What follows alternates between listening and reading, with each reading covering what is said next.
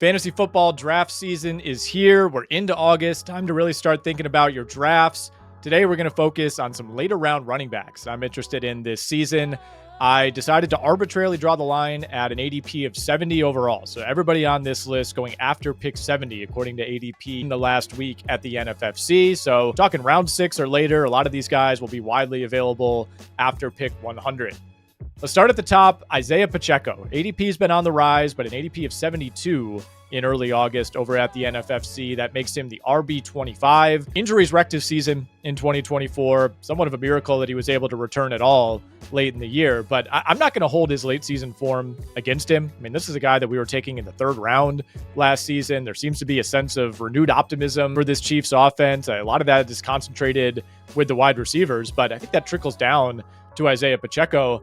To me, still a really affordable price for a guy who is clearly the RB1 in Kansas City for what should at the very least be a very good, maybe not great, but very good offense. Again, there's no clear backup here. You know, if you're not taking Isiah Pacheco, who are you interested in that Saints backfield? All due respect to Kareem Hunt, you know, the king of the 13 carries for 38 yards game.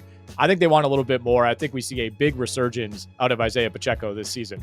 Next on the list, another riser, Jordan Mason out in Minnesota, ADP of 94, RB 31. Look, Aaron Jones, to me, I think he's past his prime. That might have happened a couple of years ago. You know, he stayed healthy last year in Minnesota.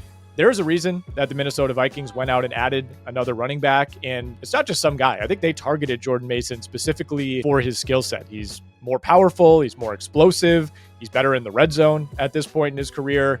You know, Minnesota's been telling us, yeah, it'll be kind of a 1A, 1B. Reports out of camp so far that Jordan Mason has looked more impressive. This could be closer to a 50-50 split early in the season than we realize. I kind of look at it as a 1A, 1A. And if I'm taking either back in Minnesota, I will happily wait a couple of rounds, pass on Aaron Jones, invest in Jordan Mason, who I think is going to see the majority of the goal line work. Next on the list is Tyrone Tracy from the New York Giants. Now, I will say I'm not overly interested in the New York Giants backfield overall, but Jordan Renan from ESPN, he joined us on our RotoWire show on SiriusXM earlier this week, and he put it to us frankly. He said there is no competition right now between Tracy and Cam Skattebo. Now, part of that, of course, is Skattebo has been banged up, but this seems to be Tyrone Tracy to lose. That's my expectation, at least to begin the year.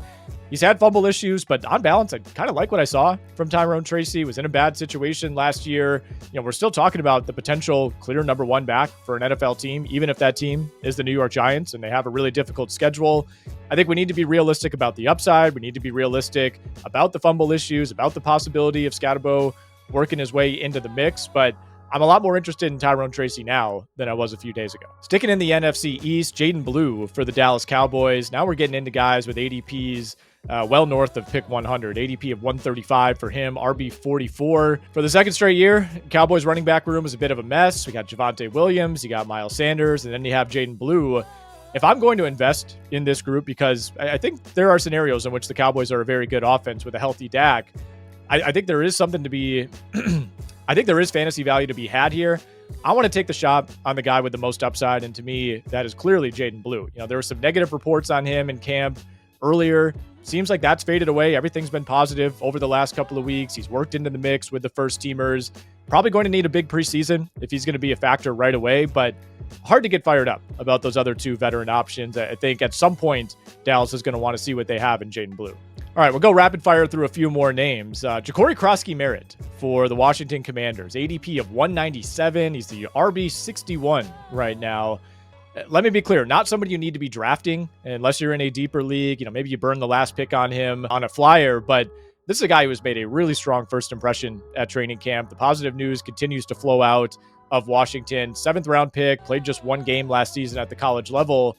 This is a deep running back room in Washington, but does anybody really stand out to you? Brian Robinson, Austin Eckler, Jeremy McNichols, Chris Rodriguez. I mean, Robinson will be the guy to start the year. They'll run it back with Eckler as the pass catcher, but neither of those guys excite me. I think we know exactly who Brian Robinson is. I wouldn't be surprised if Austin Eckler falls off a cliff this season. There is a reasonable chance that Croskey-Merrit just isn't a factor this year, but the buzz is there. When there's this much buzz around a player, especially a running back, I want to at least be involved. I'm taking him at the end of my deep league drafts. I think Washington is going to realize they need some level of explosion at the running back position that they're just not getting with any of those current names. Robinson, Eckler, McNichols, Rodriguez. I think Washington is going to realize at some point that they need to get some explosion out of their running backs. They just don't really have it right now. You're not getting that out of Robinson. I don't think you're getting it out of Eckler at this point in his career. McNichols, Rodriguez, they're just replacement level guys. Just keep the name in mind, Jacory Croskey-Merrit. Before we move on, just want to remind you, go check out everything we have to offer over at RotoWire.com this season. We got a brand new mock draft tool. We got a draft planner. We got everything that you've come to expect over the years. Custom rankings, cheat sheets, sleepers, bust, everything you need to dominate your drafts. Use that code. You see it right there on your screen, YouTube15. Put that in at RotoWire.com, YouTube15. 15% off anything we offer. All right, some more backs I want to run through here. These guys are the obvious handcuffs. You know, players you're not exactly fired up to draft necessarily, but guys who could be really, really productive if the starter goes down. Zach Charbonnet in Seattle. He's one Kenneth Walker injury away. We certainly saw it last year. He was a league winner for some late in the season. Should still see enough work on a weekly basis that he can maintain relevance in a deeper league. You know, you're probably not starting him, but you're not taking a total zero if you throw him out there. But again, the appeal with Charbonnet is if Kenneth Walker were to go down, and this is a guy who has injury issues. Najee Harris with the LA Chargers, starting to really feel like he's the clear number 2 now to Amari and Hampton, partially due to the eye injury, partially due to the level of investment in Hampton. But again, he's one injury away. The Chargers made a point to go get him before they drafted Hampton. I think they at least want Najee Harris to be in the mix. And if Hampton were to go down, you're getting a really, really valuable player. The same goes for Trey Benson in Arizona. James Conner, he's north of 30 at this point. He's coming off of what I would view as close to a best case health season. You know, he's kind of in that Joe Mixon, Aaron Jones zone for me, where I respect the upside. I respect the talent, the career that he's had. I'm just not all that interested in him this year. It feels like this is the year that things could fall apart for him from a health perspective. So I'm grabbing Trey Benson as a handcuff. Same goes for Braelon Allen in New York. You know, Breece Hall insurance. He's the obvious number 2 there. The Jets are telling us he's going to be involved on a weekly basis. Could be vulturing some touchdowns, but really the appeal would be if Breece Hall were to go down. Tyler Allgeier, you know, we're going on another year of Allgeier, probably seeing more carries than he should, especially if you're a Bijan Robinson owner. But if Bijan goes down, he would be the obvious replacement. You could say the same for Will Shipley in Philadelphia. Saquon insurance, never really needed it last season, but I think he's somebody that could end up being really, really valuable if Saquon does see some of the effects of that workload last season. Jaylen Wright in Miami.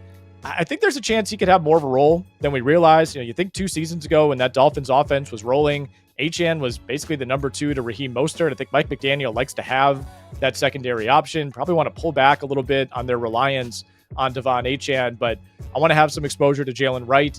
And then maybe the least exciting of this group, but Rico Dowdle in Carolina. The Panthers did draft Trevor Etienne in the 4th round. I think he could have somewhat of a role in the passing game, but if Chuba Hubbard were to go down at any point, you have a 1,000-yard rusher from last season ready to step in Rico Dowdle. I think everybody's a little down on him based on how that Cowboys season went. You know, certainly didn't break out in the way that maybe some expected, but a decent landing spot for him in Carolina. Nobody's really talking about Rico Dowdle right now, and maybe for good reason. You know, the Panthers, not exactly the sexiest team in the NFL, but we do need to keep in mind, to me, he's the very clear backup in the event that Chuba Hubbard would go down.